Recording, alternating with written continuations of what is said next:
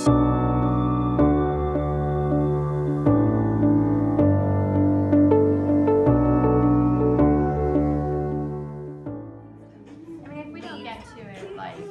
it completely, but at least one of them, you know what I mean? But like right now we're just working on the challenge brief and really just like trying to present it like very clear, where we're not having to like stop and say, okay guys, let's come together. This is what this means, and then because they're not all gonna listen, so. But I do like kind of David's wording a little better than this one, because they kind of edit it to more like El Paso and you know, so I mean it's pretty much the exact same thing. We have an awesome activity right now. It's called Calling All Tourists, and pretty much what we're doing is we're trying to get tourists to come visit El Paso. And so with this, we're highlighting all of the wonderful geographical things that we have to offer here in El Paso, as well as the culture and the people and the weather, and we touch on all the different disciplines. And with that, we're creating jingles, and we're making commercials, and we're making pamphlets, and we're pretty much making all of the resources that we're going to offer to our to all the tourists around the nation as to why they should come visit El Paso. So some of the TEKs touch on alliteration, different types of poetry, and rhyme and rhythm, and then eventually they're going to put all of that together and create their jingle for El Paso. We have a science unit about recycling, and so what we do is that we do a fieldwork experiment where they create their own questionnaires, and they go around the campus and they ask different teachers and students different questions based on their questionnaires, and mostly they're about recycling. They ask, do you recycle? Can you show me your recycle bin? And then we think about, where does garbage come from? They're very curious, so they want to go out there and find out where garbage comes from. Even though it's a simple question to them, it's not easy to just realize garbage comes from us. And so from there they take that into, I mean it's amazing how in-depth they think, and how just one little seed of information becomes this huge bloom of curiosity. And so they take it, they take it to a whole new direction, farther than I would ever expected. Their unit even involved, last year what we did is they even walked around the entire campus to find, where does our recycle bin go? Where does it go? Does it go in the trash? Who takes it? And what becomes of it?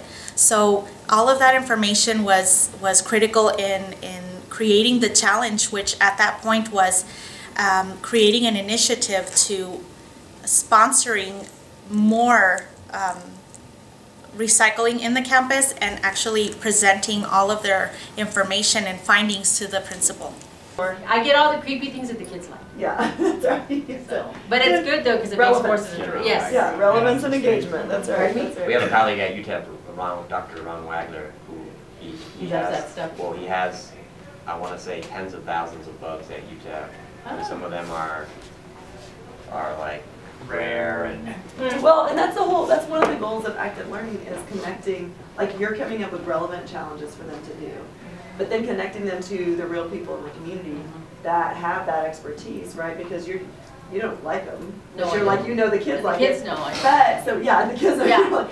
But then you find those people, right, that they can connect to, and then they go, oh wow, I didn't even know, like being a professor, I could be doing all this stuff with bugs, like, oh, I never put those two things together. So now I might be interested in being a professor one day, or it's just like this this exposure that I think is so critical, and then being able to be part of like a real problem or a real challenge that's out in the world, and they're like, whatever he's working on here, he might come to them and say, like, I'm trying to study this, maybe you can help me or whatever. I didn't even know professors in education had thousands of bugs in their office. Yeah. What I've noticed for myself as a teacher is I've noticed how I've relaxed a little bit more, and I've had to rearrange the way that I do my lessons for implementing the active learning.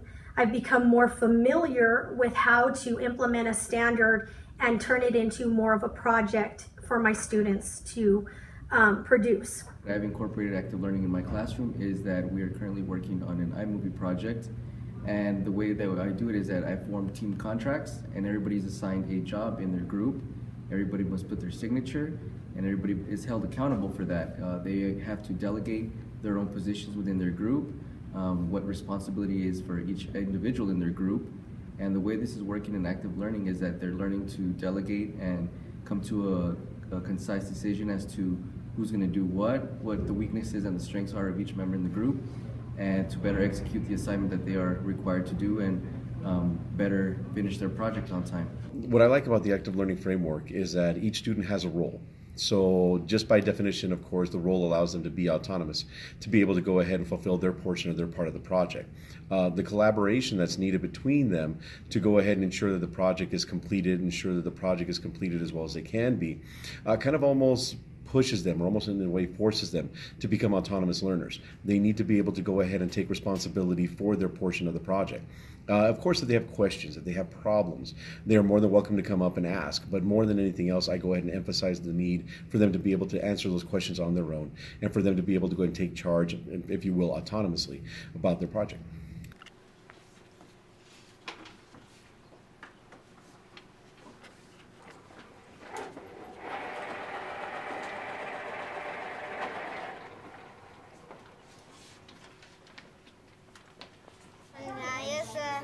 I'm the team leader, Lucy's a commitment manager, and Isabel's a communicator. Ooh. And are you always a team leader, Daniel, or does it change? Oh, it changes. Well, there's like this Mojo app that Miss Sanders used for the teams. And so Mojo will pick which team goes together, who goes with the team. Okay. I'm the class. But within that team, you get to do all of these jobs? And then we just pick, or Miss Sanders picks if we're that, or this or that. Oh, and tell me, what is a norm? What's a team norm? Our job. You want to get it? What is a team norm? What are your team norms? These. What are they for? Let's see, it says do our jobs, stay on task. We work on goals. What is that for? What does that help us do as a team? The goals are for because like if I get mad, I'm always mad because then I have a goal to not get mad and stuff. Okay, good. So you can work better together? How has your student work or learning changed prior to the learning framework? Prior to implementing the active learning framework in our school and in our district, the students kind of did what the teachers wanted them to. It might have been a project, but we knew exactly what their project should have looked like. So if you wanted an A on your project, it had to look like my project. But now I just assign them a challenge with some learning objectives tied to it.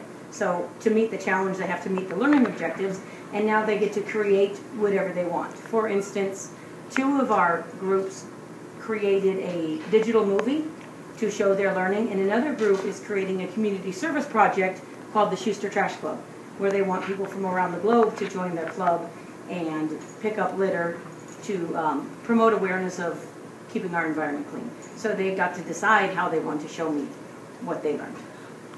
Number 3 would be think of a possible solution. Together, which one you would start when you would start the beginning of a